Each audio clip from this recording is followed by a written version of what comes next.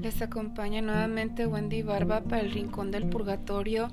Y hoy, antes de seguir compartiendo con ustedes de las experiencias de este hijo precioso de Dios, sacerdote don Giuseppe Tomaselli, quiero rogarles a todos que pasen la voz para pedir mucha oración por la recuperación y la sanación de Adriana Cinta, del Ministerio del Purgatorio Una Manita.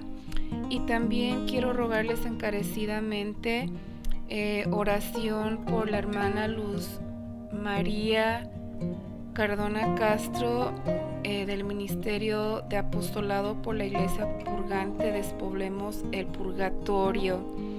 Ambas están padeciendo enfermedades muy difíciles y les ruego las tengan muy presente en sus oraciones, comuniones y en la Santa Misa, rosarios, lo que más podamos ofrecer por ellas para que Dios las siga fortaleciendo en este maravilloso e importante ministerio que es el socorrer a las almas del purgatorio. El Padre Giuseppe nos sigue compartiendo formas en las que podemos auxiliar a las benditas almas del purgatorio, y hoy nos dice que uno de los medios es el Santo Rosario, y nos da como ejemplo a Santa Teresa de Ávila, que mientras se preparaba para rezar el rosario en honor a Nuestra Madre Santísima, ella vio el purgatorio en forma de un gran recinto donde las almas sufrían en las llamas. Dice que en el primer Ave María vio un chorro de agua que caía desde arriba sobre el fuego. Posteriormente apareció un nuevo chorro de agua en cada avenida de ese recinto. Mientras tanto, las almas se enfriaron y hubieran querido se quedara el rosario por perpetuidad. El Santo Rosario les brindó mucho alivio, y así lo comprendió Santa Teresa de Ávila, cuán útil es el rezo de este. En cada familia se recuerda a los difuntos, en cada familia debe existir entonces la práctica del Santo Rosario. Pero ¿cuántos hay en la actualidad que cultivan esta hermosa y poderosa devoción? ¿Por qué las casas que han sido visitadas por la muerte no resuenan todas con el rezo del Santo Rosario? Es tan económico decir 50 Ave Marías y meditar en los misterios de nuestra redención. Se podría separar una publicación del rosario de la otra, recitando la corona en varias etapas. También puedes rezar mientras caminas, viajas o mientras esperas a alguien. ¿Cuánto tiempo se pierde mientras que podría usarse a favor de nuestros muertos? Otro medio, el dolor. El ofrecimiento de cualquier buena obra puede servir de sufragio. El dolor es una moneda preciosa, nos comparte el Padre Giuseppe. Es una moneda preciosa a los ojos de Dios. El ofrecimiento del sufrimiento, ya sea físico o moral, es una ayuda muy válida para las almas del purgatorio. Se produce el duelo. Cuánto tormento en el pobre corazón humano. ¿Quién puede expresar el dolor de los hijos por la muerte de su madre o su padre? El dolor de la novia por la pérdida de su marido. La herida de una madre por la desaparición de un hijo o una hija. Es cierto que más tiempo incluso estos grandes dolores se van desvaneciendo y es providencial. Pero cuánto se sufre en el primer periodo del duelo. Entonces, ¿por qué no usar este tesoro? Se dice a menudo y con fe: Señor, te ofrezco el suplicio de mi corazón para aliviar a mis muertos. Oh, si todos lo hicieran, ¿cuántos sufragios llegarían a los muertos? Otro punto clave debe entenderse bien. En el ejercicio del sagrado ministerio, nos comparte el padre Giuseppe, me encontré frente a escenas muy dolorosas. Ha ocurrido una muerte, el hijo que blasfema contra Dios por el fin de su padre, una mujer que quita los cuadros de la pared y los pisotea, otra jura que ya no irá a la iglesia y que ya no querrá creer ni en Dios ni en los santos. Hay quienes juran contra la muerte y el destino. Alguien intenta inclusive suicidarse. Pero, ¿qué se gana con esto? Nada. Quizás los muertos recuperen la vida, o quizás el dolor desaparecerá. La voluntad de Dios debe hacerse, ya sea libremente o por la fuerza. Dios nos creó para la vida eterna y llama cuando quiere. Nadie está exento de la muerte. Los santos murieron y Jesucristo, el Hijo de Dios hecho hombre, también murió. Por lo tanto, cuando un ser querido muere, convierta la necesidad en virtud. Di humildemente, Señor, hágase tu voluntad. Cuánta gloria a Dios esta uniformidad en su voluntad. Cuánto refrigerio llega al alma que ha fallecido con este acto de resignación. Quien no sepa hacer la voluntad de Dios, sepa que no ama a sus muertos, porque puede y no quiere apoyarlos. Otro medio es la caridad. Entre los principales sufragios está el ejercicio de esta. Por caridad entendemos todo lo que es bueno, todo lo que ayuda al prójimo, ayudar a un necesitado, un pobre, dar una pequeña ofrenda, todo sirve de descanso a los muertos. Es digna de encomio la práctica de esas personas piadosas y ricas que para dar sufragio a algunos difuntos en las vacaciones admiten a un pobre en la mesa, conscientes de que lo que se hace a Jesús se le hace al prójimo necesitado. Pero el acto de caridad más exquisito es perdonar las ofensas. De hecho, beneficiar a quienes nos han hecho daño. Quien perdona generosamente y ofrece el perdón a Dios como sufragio, además de ganar un gran mérito para el cielo, apresura la entrada al cielo para las almas del purgatorio. Nos comparte el siguiente episodio, que es narrado por San Francisco de Sales y tuvo lugar en Padua mientras asistía a la universidad. Un joven perteneciente a una familia noble murió en una pelea.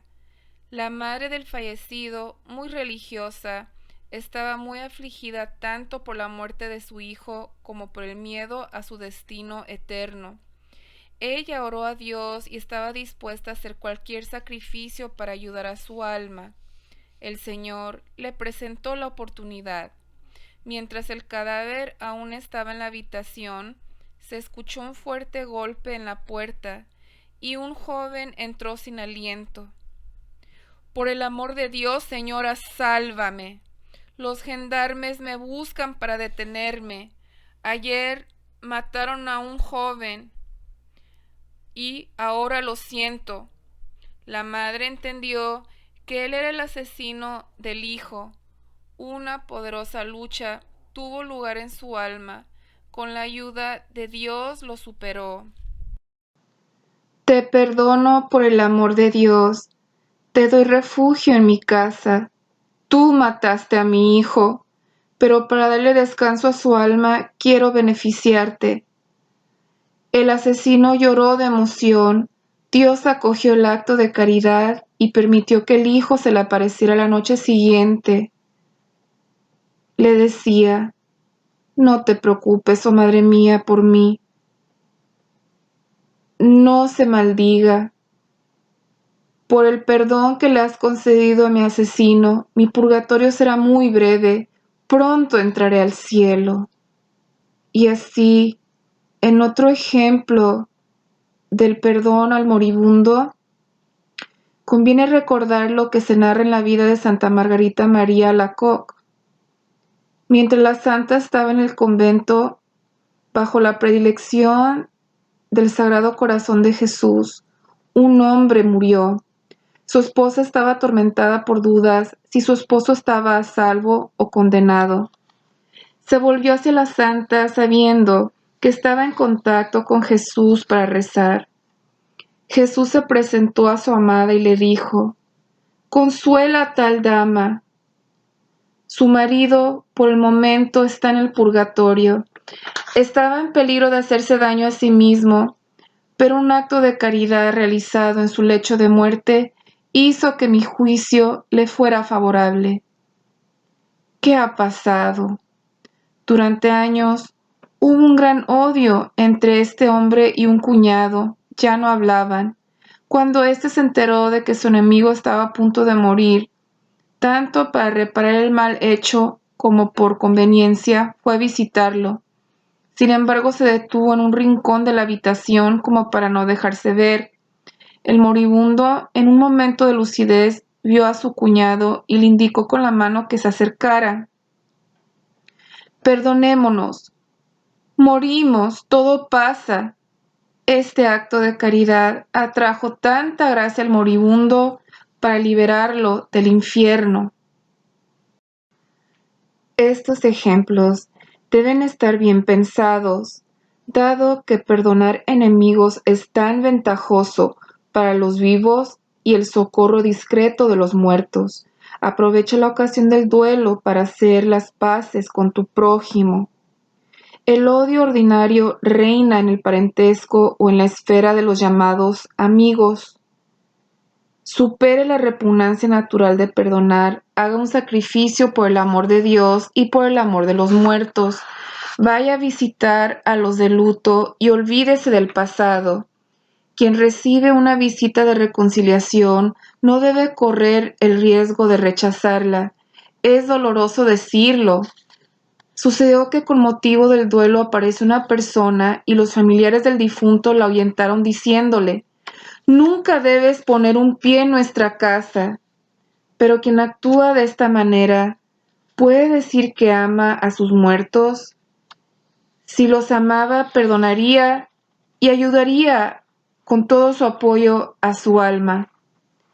¿Qué pasa con el odio que surge entre hermanos y hermanas después de la muerte de sus padres, a causa inclusive de herencias?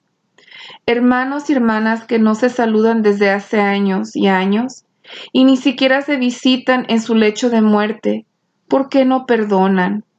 Quizás reciten oraciones de sufragio por sus padres y no saben, sin embargo, que el sufragio que proviene de un corazón víctima del odio no ayuda a los muertos. ¿Podrían estas páginas contribuir a extinguir el odio en tantas familias? Otro sufragio es destruir los residuos del pecado atribuibles a los muertos. El tema se aclara con algunos ejemplos extraídos del volumen Maravillas del Purgatorio. Nos narra que un pintor famoso había sido presionado por un caballero adinerado para que hiciera algunos cuadros no muy decentes. Más tarde se arrepintió y para reparar el mal hecho se dedicó a la pintura sacra. Pasó los últimos años de su vida en un convento de carmelitas descalzos, donde dejó un cuadro artístico sagrado. Murió con comodidades religiosas.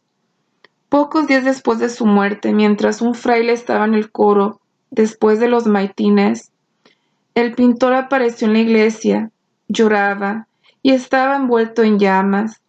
El fraile lo reconoció y le preguntó por qué, después de una vida tan ejemplar y una muerte tan edificante, podía encontrarse en tal estado.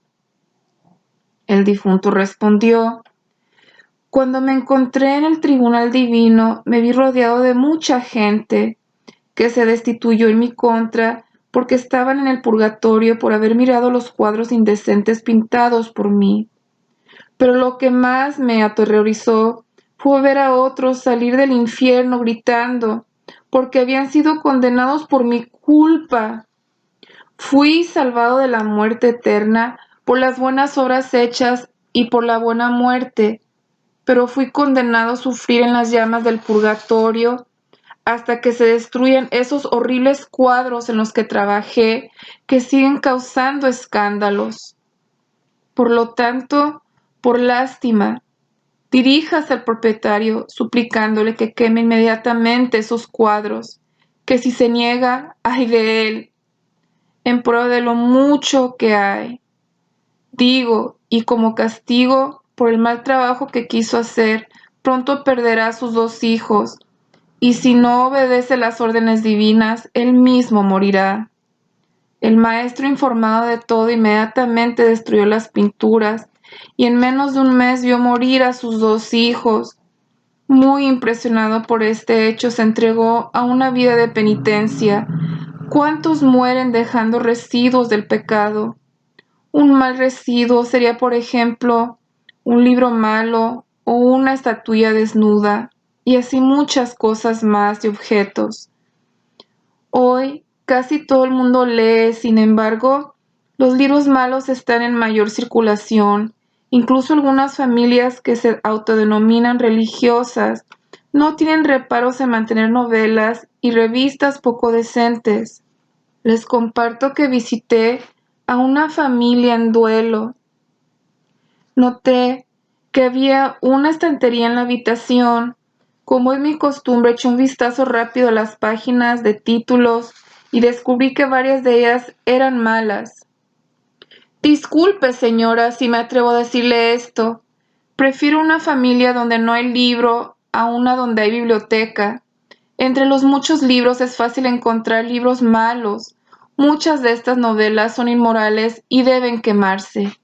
¿Quemarlas? ¡Nunca más! Sería una bofetada a mi querido esposo fallecido. Todo lo que le ha pertenecido es sagrado para mí.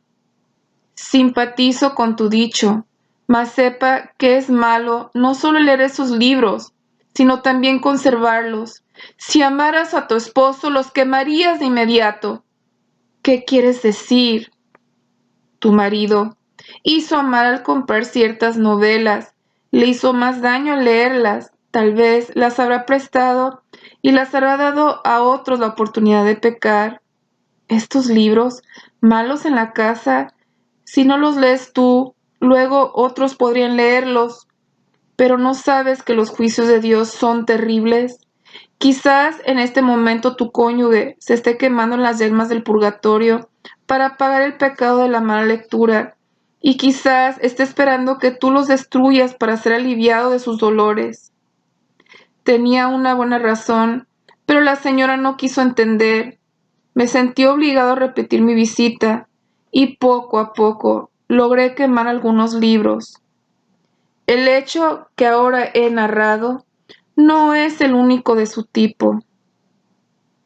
Que lo piensen detenidamente los fieles que desean aliviar los tormentos de sus muertos. Y así con esto concluimos este fragmento de las experiencias, recomendaciones, consejos a profundidad de don Giuseppe Tomaselli sobre nuestras almas, sobre el purgatorio, inclusive cómo nuestros hechos pueden afectarnos a tal grado de ser condenados en el infierno.